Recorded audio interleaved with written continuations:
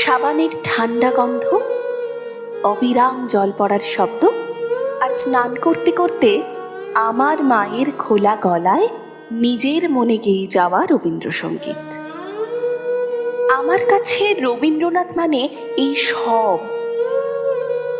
আমার কাছে রবীন্দ্রনাথ মানে 25শে বৈশাখের আনন্দ উৎসব নয়, 22শে শ্রাবণের ব্যথা নয়, জোড়াসাঁকোর ঠাকুরবাড়ি কিংবা বোলপুরের বিশ্বভারতে আমি তাকে কোথাও তেমন ভাবে পাই না যেমন পাই আমার মায়ের খোলা গলার গানে।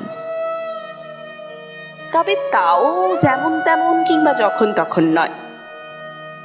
সন্ধ্যের অন্ধকার ঘনিয়ে আসা শেষ বিকেলে মা যখন অফিস থেকে ফিরে স্নানঘরে শুদ্ধ হতে যান, তখন।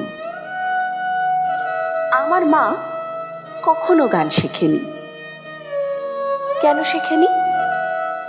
এমন গলা। মা বলেন, রবি ঠাকুরের গান তো আর তানের নয়, প্রাণীর।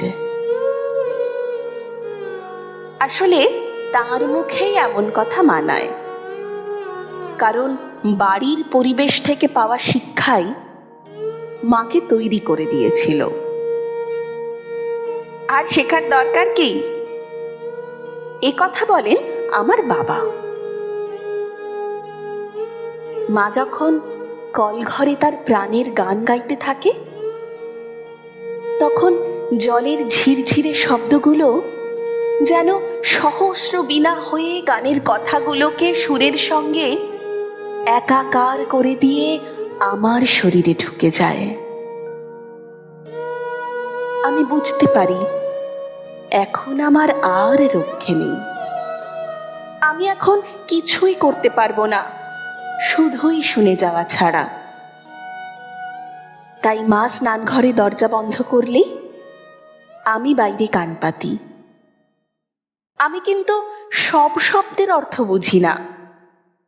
সেদিন মা গাইছিল,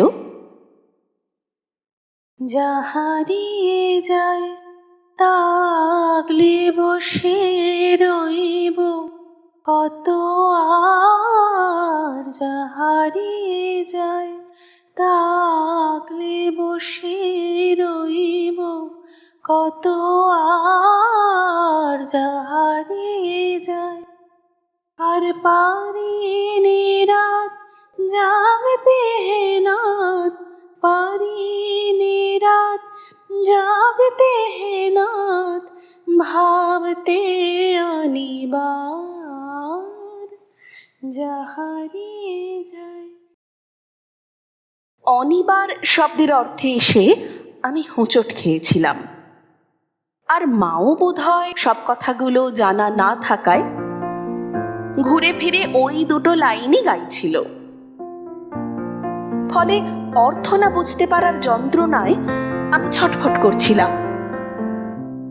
মাকে জিজ্ঞেস করতেই মা বলল, এবার তোমার ক্লাস 6 হলো, সব কথার অর্থ জানতে চাইবে না, নিজে আবিষ্কার করার চেষ্টা করো, ভাবো, আরো ভাবো। আমি ভাবতেই থাকি, কুল কিনারা পাই না। মা বলে, তুমি সত্যি ভাবছো?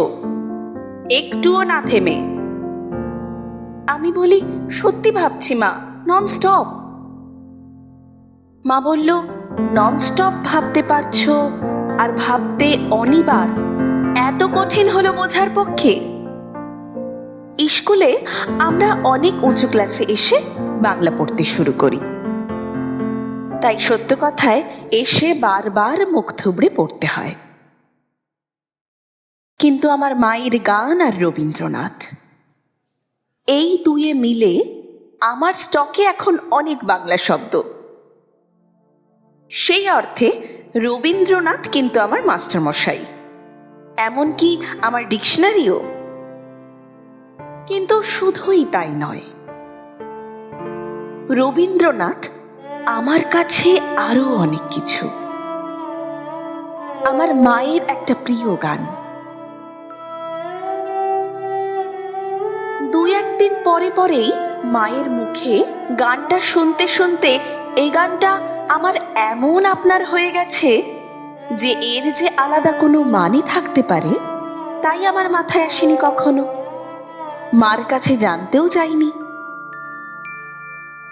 কিন্তু সেদিন হঠাৎ যেদিন বিকেল হতে না হতেই অন্ধকার ঘনিয়ে এলো, আমাদের একরত্তি বাগানের কচি কচি গাছগুলো ভেজা ভেজা বাতাসে উথাল পাতাল হতে লাগলো।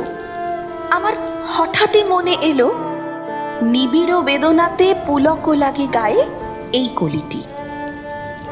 হঠাৎ মনে হলো প্রচন্ড ঝোড়ো বাতাসে গাছগুলো এক্ষুনি ছিঁড়ে ছুটে যাবে, কিন্তু তবু তারা যেন দারুণ আনন্দে আছে।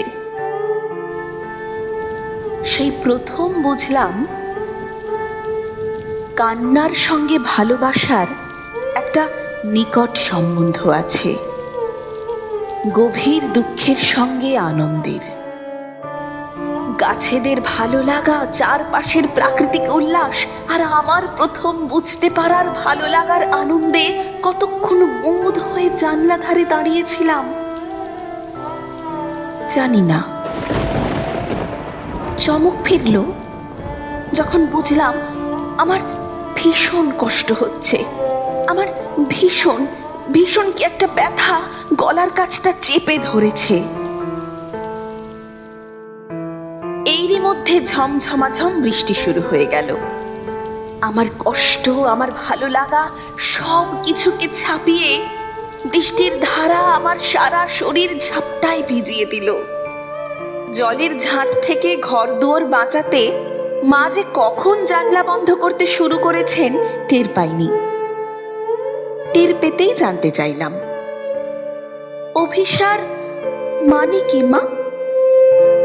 মা বলল, অভিসার আবার কোথায় পেলে? কেন, তোমার গানে? আমার গানে অভিসার? ওহো হো, তোমারও অভিসারে যাব অগম পারে। হ্যাঁ, ওখান থেকে। অভিসার মানে?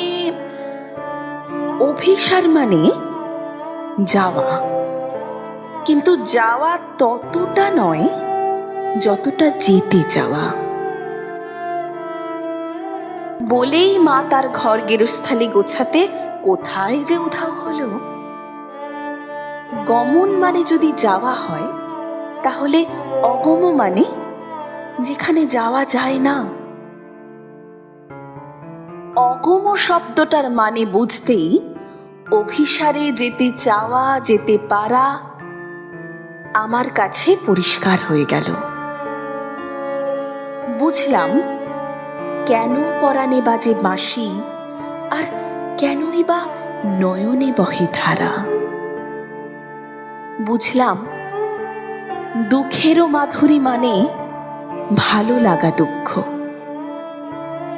সব কেড়ে নিয়ে কেউ কিছুতেই ছাড়ে না, আবার যার কেড়ে নেওয়া হলো তার মন সরে না যেতে। দরজায় ছিটকিনি খুলে বাগানে নামতেই গাছেদের মতো অবস্থা হলো আমার। সকলেই নিবে কেড়ে, দিবে না তবু ছেড়ে। মন সরে না যেতে, ফেলিলি একই দায়ে। ভিজতে ভিজতেই বুঝতে পারলাম এ কথার আসল মানেটুকু। ঝরঝর বৃষ্টির অবিরাম ধারায় ভিজতে ভিজতে মায়ের মতোই খোলা গলায় গেয়ে উঠলাম, কাঁদালে তুমি মোরে ভালোবাসারি ঘায়ে, কাঁদালে তুমি মোরে গভীর বেদনাতে, পুলক লাগে গায়ে, কাঁদালে তুমি মোরে। তোমার অভিসারে যাব অগম পারে, চলিতে পথে পথে বাজুক ব্যথা পায়ে, কাঁদালে তুমি মোরে। জানলায় চোখ পড়তেই দেখি মা আমার মতো করে আমার গান শুনছে। চোখাচোখি হতেই বলল, ঢের হয়েছে, উঠে এসো এবার। সপসপে ভিজে জামায় ঘরে ঢুকে দেখি বাবা অফিস থেকে ফিরে এসেছেন কখন। বললেন, বৃষ্টিতে ভিজতে ভিজতে বর্ষার গান এলো না মনে। বাবাকে কি করে বোঝাই যে অভিসার শব্দের মানেটুকু এখন আমি জানি, আজই জেনেছি ভালোবাসার আঘাতে কেমন করে কাঁদা যায়। এসব নিয়েই আমার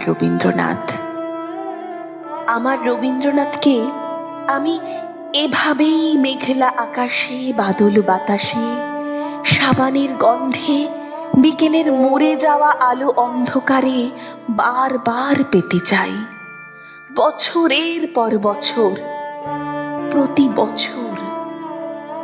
যত দিন যাবে